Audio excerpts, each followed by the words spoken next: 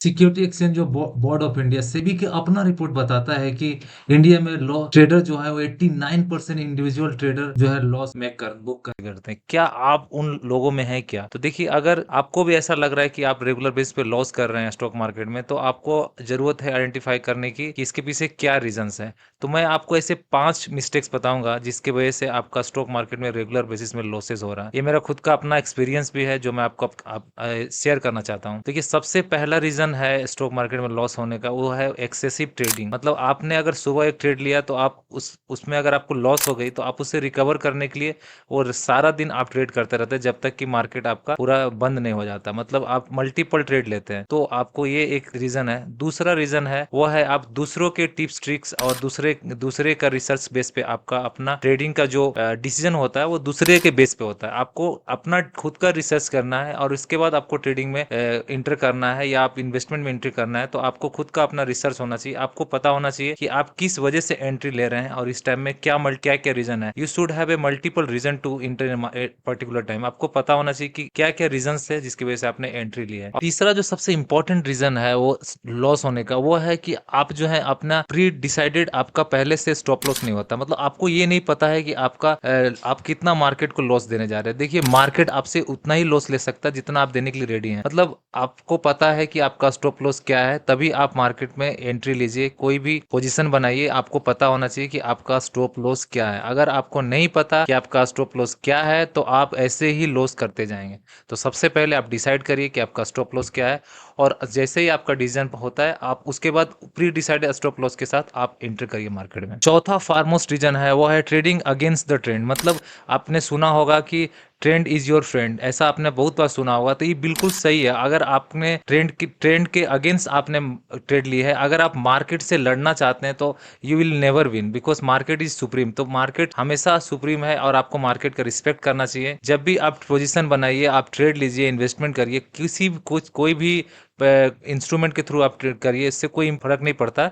लेकिन आपको ये पता होना चाहिए अगेंस्ट नहीं जा रहे हैं, मार्केट ट्रेंड के अगेंस्ट नहीं है। अगर मार्केट का ट्रेंड दिख रहा है कि मार्केट जो है वो हायर हाई बनाते हुए जा रहा है, मतलब अप ट्रेंड में है मार्केट, तो आपको फिर हमेशा पोजीशन जो है अपनी वो रखनी होगी, हम आपको बाइंग की तरफ, परचेजिंग की तरफ। लेकिन अगर आपका ट्रेंड लोअर साइड में, लोअर लो बनाते जा रहा है, कोई भी स्टॉक है या पर्टिकुलर इंडेक्स है, तो आपको उसमें वो देखना पड़ेगा कि वो उसमें कि उसका क्या है। अगर वो ट्रेंड आप उसके रिवर्सल अगर आप लेंगे तो आपको लॉस बुक करते रहेंगे रेगुलर बेसिस में। तो आप इस चीज को ध्यान रखिए। और last but not the list, the सबसे लास्ट जो पॉइंट है, 5वां नंबर पॉइंट, वो आप समझ लीजिए कि एक थंब रूल की तरह है। ये है आपकी ट्रेडिंग साइकोलॉजी, आपका अपना माइंडसेट। तो आपको सबसे पहले आपकी इमोशनल को कंट्रोल करना होगा, क्योंकि मनी इन्वॉल्व होता है। तो आपको अपने इमोशन पे कंट्रोल करना बहुत इंपॉर्टेंट है, अदरवाइज आप कभी सक्सीड नहीं कर पाएंगे स्टॉक मार्केट में। तो आपको अपना इमोशन पर कंट्रोल आना चाहिए। आपको पता होना चाहिए कि आप इस स्टॉक मार्केट में क्यों एंट्री लिए हैं, और आप पैनिक नहीं होना चाहिए। जैसे आपने अगर कभी भी कोई ट्रेड इनिशिएट किया है और अचानक से आप देखते हैं कि अब जैसे आपने परचेज का ऑप्शन लिया है, वो आपको सीधा ही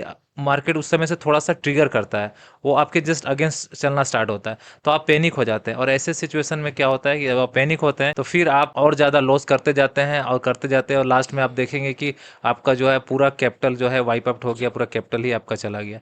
तो आपको ये चीज़ का ध्यान रखना है कि आपको इमोशन पर अपनी कंट्रोल करनी है और फिर आपको कोई भी ट्रेडिंग पोजीशन बनाना है मार्केट में। ठीक है, तो दोस्तों मैंने आपको ये बताया 5 इंपॉर्टेंट मिस्टेक्स, जो आप इसे अवॉइड करके आप जो है वो ट्रेडिंग में अपना इंप्रूवमेंट ला सकते हैं। अब मैं आपको एक दो इंपॉर्टेंट स्टेप्स बताता हूं जिससे आप इस चीज को इंप्रूव कर सकते हैं और सुधार सकते हैं। सबसे पहला इंपॉर्टेंट चीज है कि आप जब भी ट्रेडिंग लीजिए, पोजीशन बनाइए, तो you should have multiple reason to take a position. कोई भी पोजीशन लीजिए तो आपको पता होना चाहिए, एटलीस्ट 4-5 ट्रिगर पॉइंट होने चाहिए कि आज का मार्केट में हम बाइंग लेना चाहते हैं, तो क्यों बाइंग, मेरा व्यूज बुलिस क्यों है या मेरा वैस बेरिस क्यों है। आपको पता होना चाहिए, अगर आप बुलिस व्यू है आपका तो क्या क्या रीजन है, उसको नोट डाउन करिए। एक पहला। दूसरा चीज है, आप हमें रेगुलर बेसिस में अपना एक कोई भी हो, आप अपने बुक्स में बना सकते हैं, आप अपना एक्सेल सीट मेंटेन कर सकते हैं।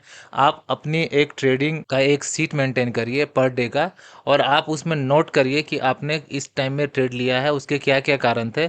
और आप हर दिन आप देखेंगे 3-4 महीने बाद आपको ये आइडेंटिफाई कर पाएंगे आप कि किस किस दिन आपका प्रॉफिट हुआ, किस किस दिन आपका लॉस हुआ, तो उस समय आपकी क्या माइंडसेट थी और आपने क्या क्या पॉइंट कंसीडर किया था जो आपको लॉस दिया है। ये बहुत इंपॉर्टेंट है। तो अपना आप ट्रेडिंग बुक अपना जरूर बनाइए, मेंटेन करिए लॉग बुक, और इससे आप इस चीज़ को इम्प्रूव कर पाएंगे। और थर्ड इंपॉर्टेंट चीज़ वह ये कि आप जो है हमेशा आप प्री डिसाइडेड स्टॉप लॉस के साथ मार्केट में जाइए, ठीक है। तो थैंक यू दोस्तों। अगर आपको ये वीडियो इन्फॉर्मेटिव लगा हो, if you feel that this video is informative for you, please do subscribe my channel and hit the bell icon so that when I upload the video you will get the notification easily।